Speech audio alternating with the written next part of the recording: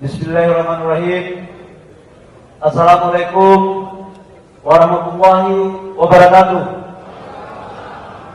Shalom, Om Swastiastu, Namo Buddhaya, salam kebajikan.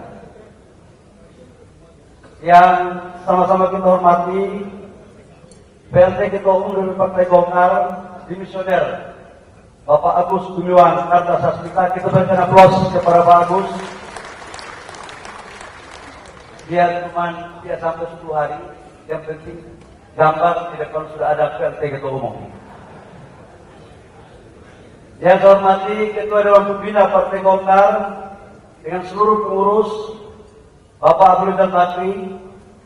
Yang saya hormati Ketua Dewan Pertimbangan Partai Golkar Dimisioner dengan seluruh Dewan Pertimbangan, Bapak Akbar Tanjung. Yang saya hormati Ketua Dewan Penasehat Partai Golkar Dimisioner, Bapak Lulus Bisa Panjaitan dengan seluruh pengurusnya. Yang saya hormati Ketua Dewan Pakar Partai Golkar Dimisioner, Bapak Agung Laksono dengan seluruh Dewan Pakar-pakarnya. Saya lihat Dewan Pakar ini sangat aktif sekali. Menjelang Munas pun kepakarannya terus berlanjut.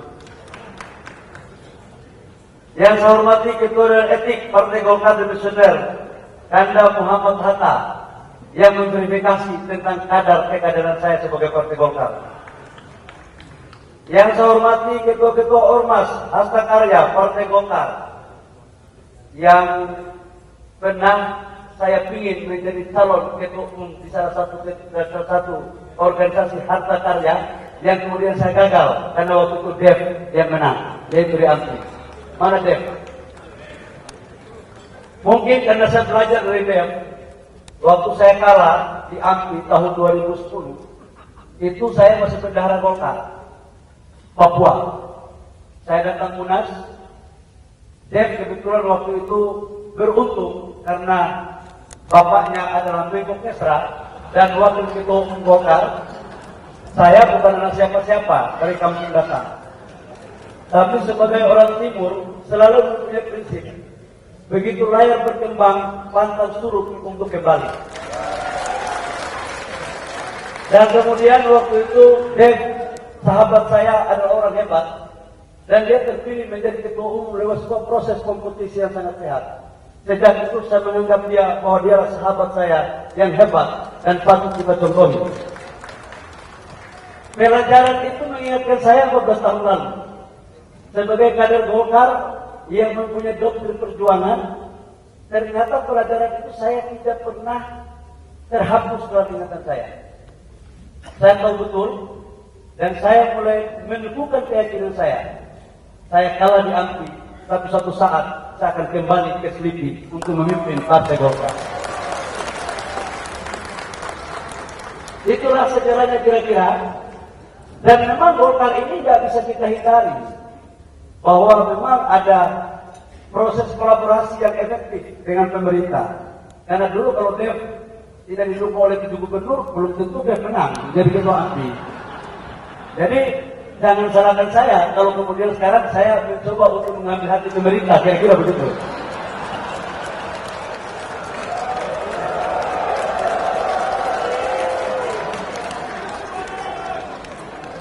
Yang saya hormati Ketua DPD Golkar Provinsi seluruh Indonesia yang saya cintai. Yang saya hormati Ketua-Ketua Golkar Kabupaten, DPD 2 Kota yang saya hormati, serta seluruh peninjau undangan Munas ke-11 Partai Golkar, serta hadirin yang berbahagia. Izinkan saya sebelum masuk ke visi misi, saya mau cerita sedikit dulu tentang sejarah saya untuk berinteraksi di Golkar. Saya waktu berproses Golkar itu di Papua. Untuk masuk menjadi pengurus DPP Golkar, sulitnya minta ampun. 2010 sebenarnya niat saya mau jadi AMPI itu untuk bisa masuk di Selipi. Karena apalagi kita sebagai orang daerah kalau nggak punya jaringan. Ternyata kalah saya di AMPI.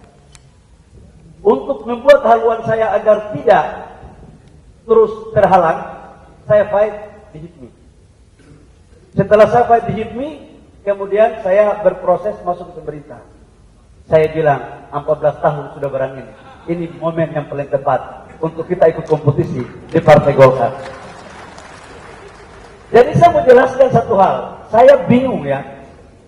Kalau kita melihat perjalanan Partai Golkar pasca reformasi, senior-senior mohon maaf tolong luruskan kalau saya salah. 2004 Partai Golkar menjadi partai pemenang pasca reformasi.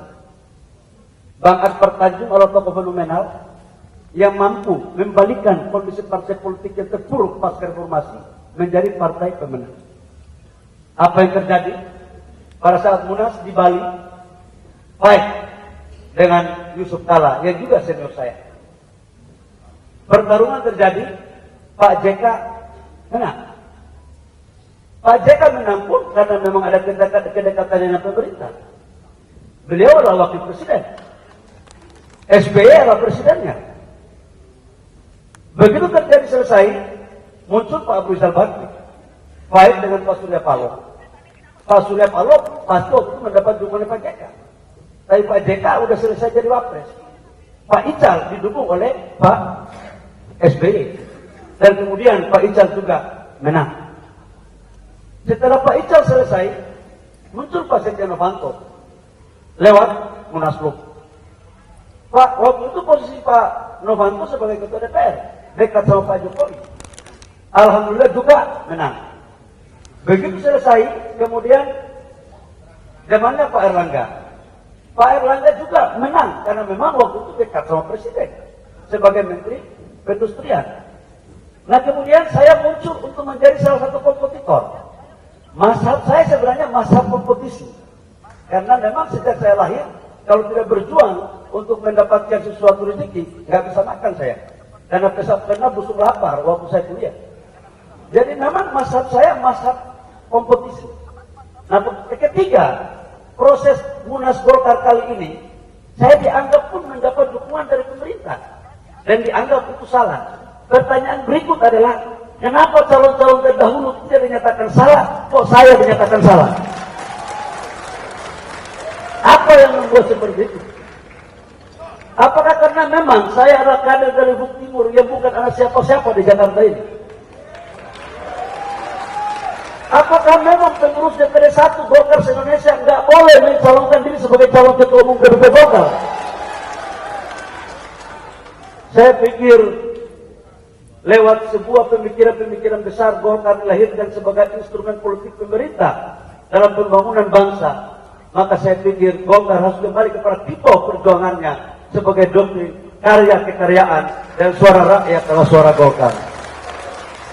Dalam perspektif itulah kemudian izinkan saya untuk menyampaikan beberapa gagasan besar terkait dengan Golkar ke depan. Ngeri kali, baru calon ketua umum Pak Yahya ini sudah kasih banyak sekali kita gol. Ampun saya Pak Yahya. Bapak Ibu semua, saya berkeyakinan untuk Partai Golkar ke depan, untuk bisa melakukan transformasi, harus tetap berpijak pada cita-cita dalam perjuangan, memperkokoh semangat karya kekaryaan, tidak pernah berhenti untuk senantiasa melaksanakan pembaharuan dan pembangunan. Untuk itu, dalam kepemimpinan Partai Golkar 5 tahun ke depan akan dipandu oleh visi sebagai berikut. Transformasi Partai Golkar menjadi partai modern yang solid dan mengakar untuk menuju kemenangan. Dalam konteks itulah kemudian saya dibagi menjadi dua untuk kita bisa menang. Ada internal dan ada eksternal. Saya dulu waktu menjadi kader Golkar masih mengikuti apa yang disebut dengan karakter des. Saya tidak tahu sekarang masih ada atau tidak karakter des. Nah, di dalam karakter des itu kita diajari tentang tata kelola organisasi dan konsolidasi organisasi. Ada mekanisme-mekanisme pengambilan keputusan. Dan karena itu, teman-teman semua, dalam konsolidasi organisasi ke depan, tidak hanya kita lakukan di lewat DPP, tapi juga konsolidasi pada tingkat kecamatan, desa, kabupaten, dan provinsi. Kembalikan musda-musda itu dilakukan di daerah. Jangan lagi lakukan musda-musda itu sendiri. Itu menurut saya pelajaran yang harus kita luruskan bersama-sama. Konsolidasi daerah itu harus terjadi karena itu kekuatan besar pada partai ini. Partai ini harus menjadi platform perjuangan dan menjadi pelopor pembuat ide. Dan itu sudah terjadi sejak lama. Saya berjanji kepada Bapak Ibu semua, insya Allah kalau saya terpilih, maka saya akan datang di seluruh kabupaten kota dan provinsi di seluruh Indonesia. Karena yang tahu susahnya daerah itu hanya orang atau kader yang pernah berproses dari daerah. Setuju? Mekanisme pengambilan keputusan partai tidak boleh dibuat hanya oleh sekelompok orang. Karena PO, anggaran dasar, Juknat, Duklat, Juknis, semua sudah ada. Tinggal jangan sampai orang Papua bilang tulis lain, baca lain, bikin lain. Saya jujur tidak seperti itu.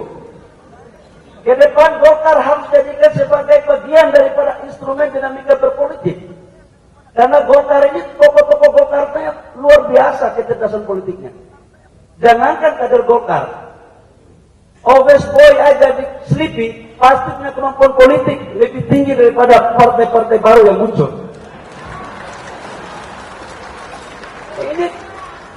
Ini tukang olah juga. Jadi udahlah, kita Golkar ini masing-masing tahu lah, udah. Nanti kalau kita ada hebat partai kita keluar 10 langkah, jangan dengar dia. Udah ini. Jadi udahlah, kita transparan aja, kita santai aja, itu. Nggak usah dibuat pusing-pusing. Jadi aturan sudah ada, ini yang kita pakai. Database, pengkaderan, ini harus jalan, harus penyesuaian dengan perkembangan zaman. Sudah ada sosmed, sudah ada IT. Ini yang kita harus adapti. Bapak Ibu semua, tantangan kita ke depan dalam konteks konsolidasi internal, pada 2029, jumlah pemilih itu dari 17 tahun sampai 50 tahun, itu 72%. Market kita itu di situ. Jadi kalau kita tidak mampu melakukan penyesuaian dalam rangka bagaimana meraih pemikiran mereka dan simpati mereka, maka kita tidak akan bisa menjadi partai yang lebih baik dari sekarang. Karena penentukan pemilih itu adalah mereka sendiri. Dalam perspektif itu, saya ingin membagi menjadi 3 bagian besar nanti ke depan. Yang pertama adalah struktur dan membenahi organisasi dan kepartaian. Yang kedua adalah struktur yang membenahi pemenangan pemilu. Karena ujungnya adalah kita harus mendapatkan bagian daripada efek elektoral. Nah mungkin kita bikin pokja-pogjanya banyak. Saya juga izin dalam forum ini, saya menyampaikan pengurusnya tidak usah terlalu banyak-banyak. Di bawah 100. Karena semakin banyak pengurus, bukan kita pikirkan program, kita pikir pengurus. Belum lagi kalau pengurus main barang itu kan. Kita belum jadi ketua umum, sudah ada koordinasi keluar ke komandan-komandan gitu.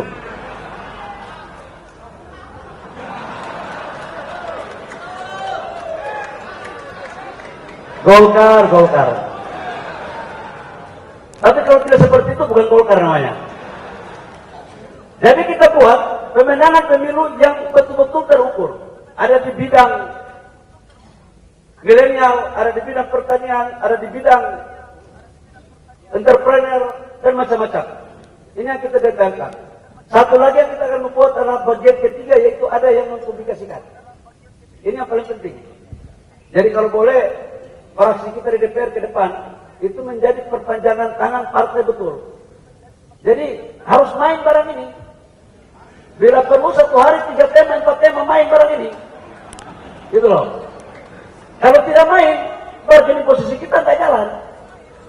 Jadi kalau tidak ada masalah, ya buat dikit-dikit lah kira-kira. Dan kalau banyak nanti pengendaliannya susah tuh. Bapak Ibu Bapak-Ibu semua yang saya hormati, untuk itu misi saya ke depan adalah selain dari apa yang saya sampaikan tadi, adalah kita ingin untuk tidak boleh lagi Golkar ke depan adalah faksi A, faksi B, faksi C. Faksi kita cuma satu, Partai Golkar. Udahlah gaya-gaya lama ini sudahlah bang, abang semua, mohon maaf. Udah, saya minta tolong, udah. Kita sama-sama tahu ini. Saya kadang-kadang mengolah senior-senior. Kadang-kadang senior-senior juga olah saya. Ya. Dan ini semua kan baku tahu kartu semua ini. Jadi kalau bisa olah saya besok itu usahakan ada sedikit ilmu olah yang baru. Jangan ilmu olah lama, karena sebagian ilmu olah itu saya yang ciptakan. Jadi kalau pada besok kita mulai bicara kreatif dikit untuk membuat olahan. Dave Korea hanya tahu yang sebesar canda soalnya. Karena kau kan ketua umum aku dulu kan gitu. Tapi sekarang aku jadi ketua umum, tenang aja.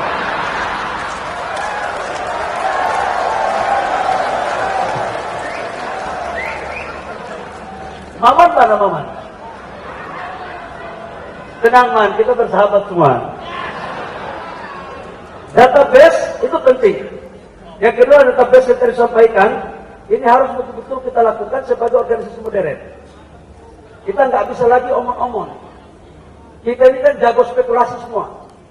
Begitu tanya data, buat angka lamaran semua. Jadi semua mimpi semua. Dan untuk mengolah data, Golkar nggak perlu diajari. Barang tidak ada pun dibuat ada. Judul buku nggak ada dibuat, sudah saya baca bukunya. Itu. Jadi ya udahlah, kita kalau boleh yang lurus-lurus aja lah. Yang ketiga adalah memperkuat posisi Partai Golkar sebagai organisasi yang mengandalkan sistem kaderisasi. Ada hasta karya, ada organisasi sayap, ada organisasi-organisasi lain di luar dari kepengurusan. Ini yang kita harus rebut. Dulu, siapa yang jadi ketua KNPI harus orang Golkar. Siapa yang jadi ketua HIPMI harus orang Golkar. Organisasi apa saja pemuda harus Golkar. Ke depan kita akan lakukan seperti itu lagi untuk membawakan kader.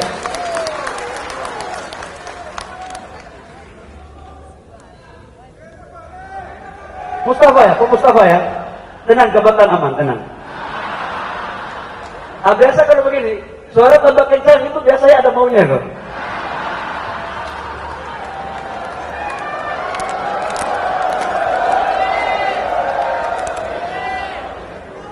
Bapak Ibu semua, yang berikut adalah saya harus menegaskan dalam forum yang sangat terhormat ini.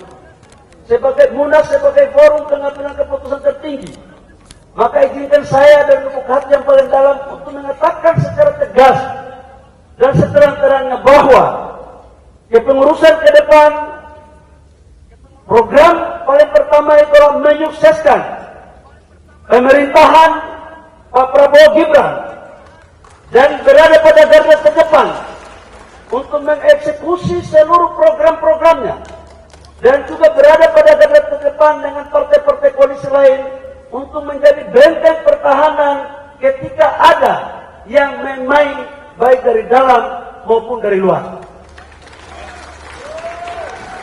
Karena ini adalah bagian implementasi daripada doktrin karya kekaryaan. Dan kita tidak boleh main-main urusan ini. Kita sudah bersepakat, Golkar mendukung pemerintah, jangan pagi mendukung, sore setengah mendukung, malam bikin lain. Ini saya jujur aja. Saya nggak punya kepentingan apa-apa pribadi. Kepentingan saya ke depan adalah Golkar harus lebih baik dari sekarang. Karena itu, pemerintahan Pak Prabowo Gibran sebagai kelanjutan daripada pemerintahan Jokowi, Maruf, Amin. Jadi kita harus lebih paten lagi. Soalnya Raja Jawa ini kalau kita main-main celaka kita. Saya mau kasih tahu aja, jangan coba-coba main-main dengan orang ini. Ini, waduh, ngeri-ngeri sedap barang ini, saya kasih tahu.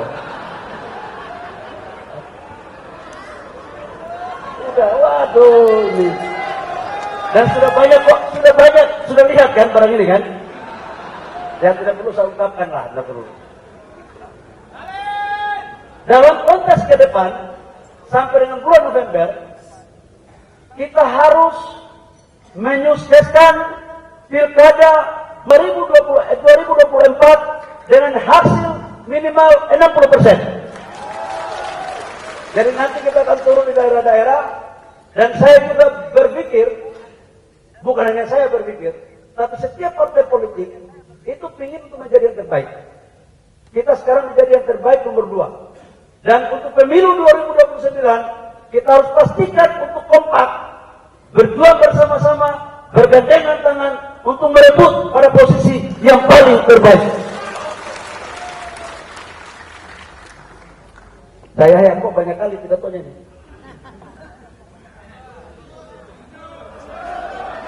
Cukup ya? Bos, dikasih berapa menit ini? Ini Pak Melkilah Kalena ini sahabat saya. Jadi Pak Adi, soalnya kalau ketua umum yang menjadi ketua umum, jadi pasti takut juga untuk di stop kira-kira. Gak berani stop kita.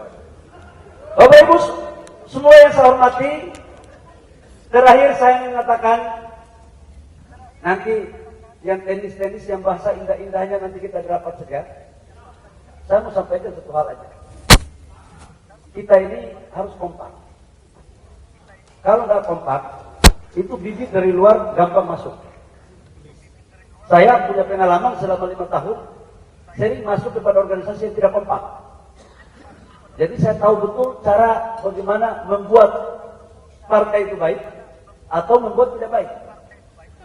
Nah, dalam konteks itu saya hanyalah anak yang baru masuk di DPP, yang insya Allah atas dukungan Bapak Ibu semua, insya Allah kalau saya terpilih, karena belum bisa saya bilang saya terpilih, bisa-bisa kalau pimpinan sidang kalau pimpinan sidang terus tidak datang, nah jadi saya ketua umum. Ini kan,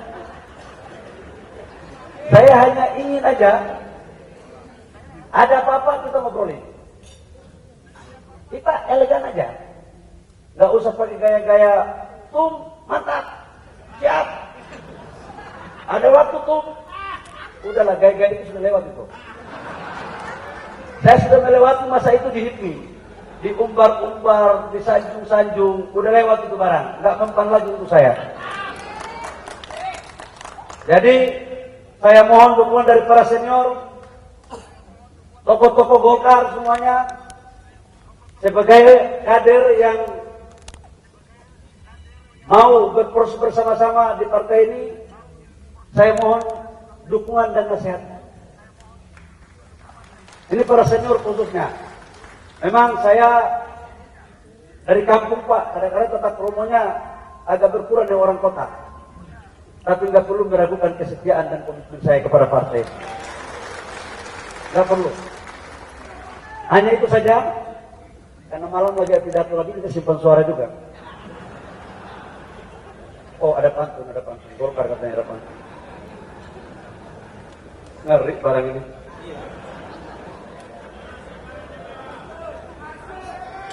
Dari Papua mana? Dari Papua. Saya mau sampaikan kepada pengurus DPD 2 dan DPD 1 di seluruh Indonesia. Hari ini saya berada di panggung ini lewat sebuah proses perjuangan. Kalau hari ini insya Allah bisa kita tuntaskan, suatu saat seluruh kader-kader DPD 2 dan DPD 1 dari Aceh sampai Papua berhak untuk berdiri, untuk memimpin partai ini ke depan. Sebagai penutup, izinkan saya menyampaikan pantun. Pergi ke toko membeli nasi, dijual pedagang dari Minang. Saya datang membawa misi untuk membawa Golkar menang di 2024 Pilkada dan menang di 2029 dalam Pileg dan Pilpres. Burung cendrawasih, burung Papua, ekornya kuning dan indah. Cukup sekian dan terima kasih. Golkar maju terus berjaya. Terima kasih, berikutnya mohon maaf. Wabillahi taufiq wal hidayah. Wassalamualaikum warahmatullahi wabarakatuh. Shalom. Om Santi Santi Om. Namo Buddhaya. Salam kebajikan.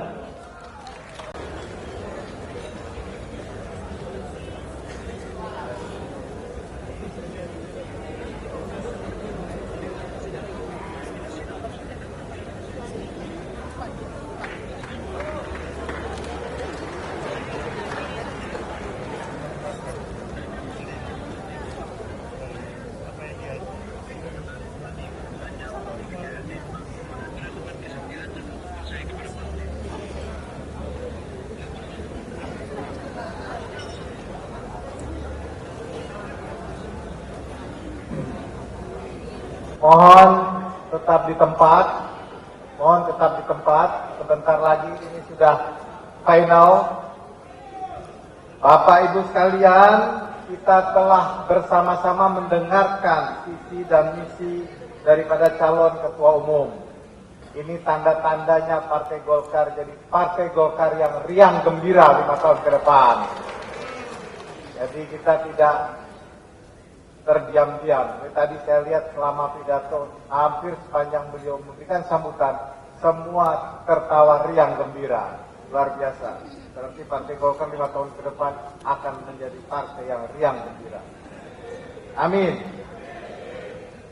Saya menanyakan, apakah seluruh hadirin yang hadir para peserta Munas 11 setuju untuk kita tetapkan Bapak Bahlil Lahadalia menjadi Ketua Umum DPW Partai Golkar periode 2024-2029.